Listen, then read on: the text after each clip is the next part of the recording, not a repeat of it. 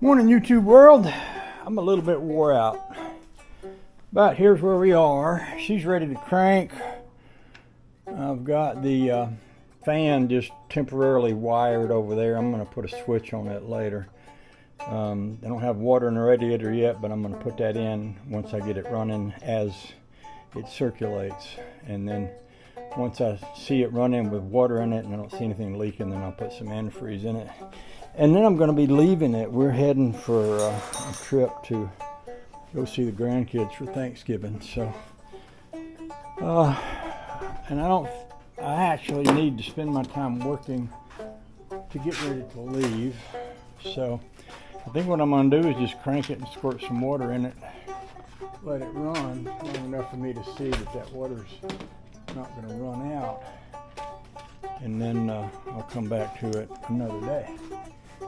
But not today. So that's my plan. So I'm going to start it up, and you know what the best viewing spot is for you guys.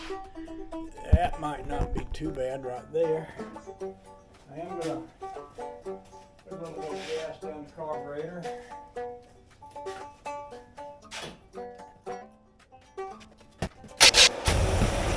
No leaks. No leaks so far.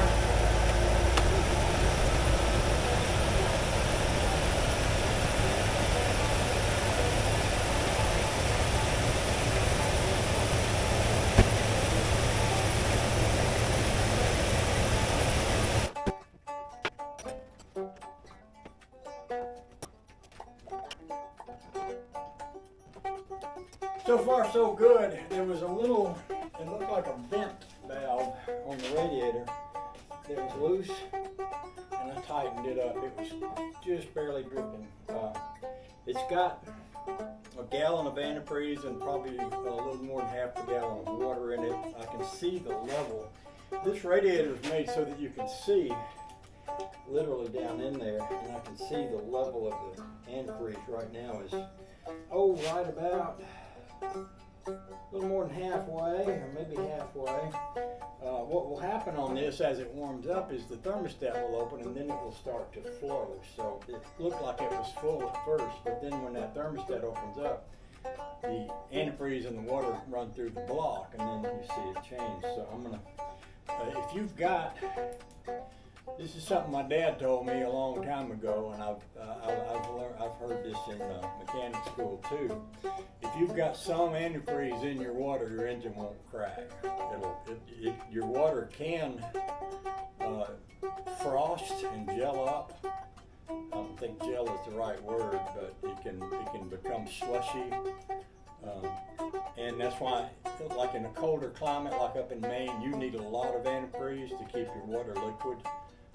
But as long as you got some, you don't have to worry about freezing. I'm not terribly worried about freezing, but this is Georgia, and we occasionally get a cold snap. It can go down 20 degrees, something like that. I think it went down to 6 degrees a couple of years ago when we went up to Virginia. So that is something we stay aware of. So what I'm going to do is I'm going to crank it again. I'm going to slowly keep adding water until it tops off. Then I'm going to put the cap on it.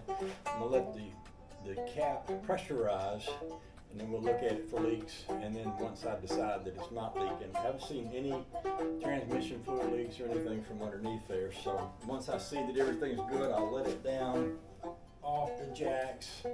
And for today, I'm just going to drive it out back and lock it up in the garage. We're leaving here tomorrow, and so I'm going to fix it where I can close this garage up, lock this one up in the back garage with the other one, and stuff like that. So that's what I'm up to now, and so I'll crank it up some more. It's very quiet, very smooth, sounds good. I'm so far very happy with it.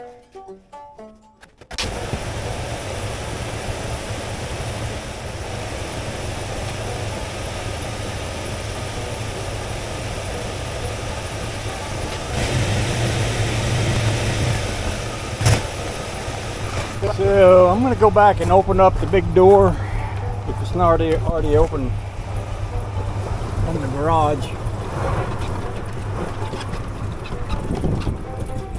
Yep, it's open.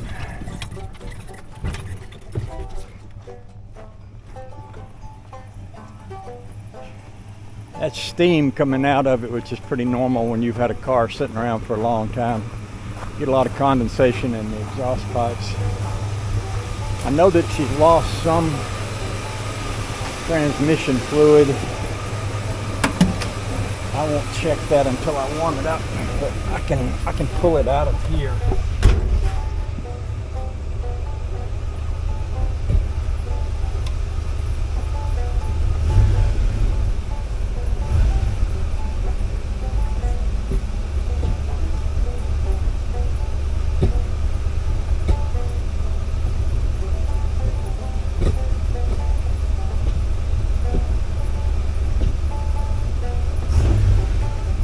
Well, it might be lower on fluid than I thought because it ain't shifting.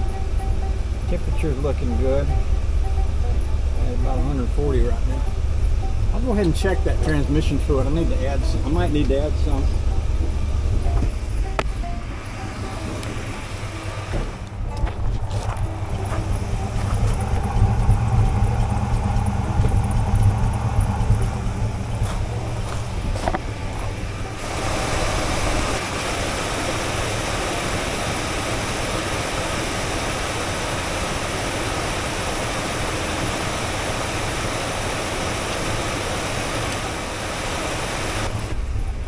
There's a temperature, 140.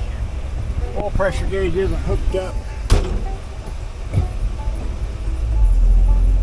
We got gears now.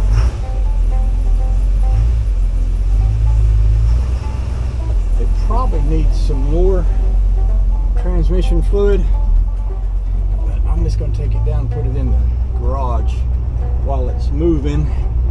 And then I'll come back and check the transmission fluid again later. I put a little bit of that Lucas treatment in there, and it's kind of thick and it's hanging in the tube right now. So I'm gonna run it down here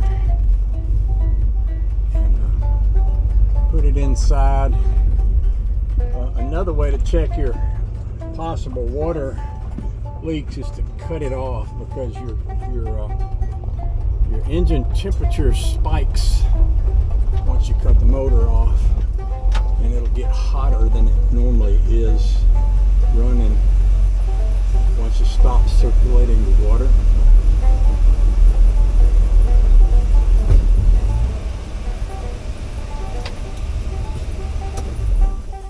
So I'm going to cut it off, see if anything spikes. And what I'll do is, I had that Lucas stuff. It's kind of thick like STP, and I had it turned upside down in the tube. It'll take it a while to drain down in there, but after it does, I can get a more accurate reading. And I'll also look around and see if I got any more transmission fluid. I may or may not have some more around here somewhere, but I put about a couple of quarts in it anyway. All right, so that's not a bad place to leave it right there. She's in here, and there's still plenty more to do, but nothing that I have to do right away. I don't see anything gushing out of it or anything.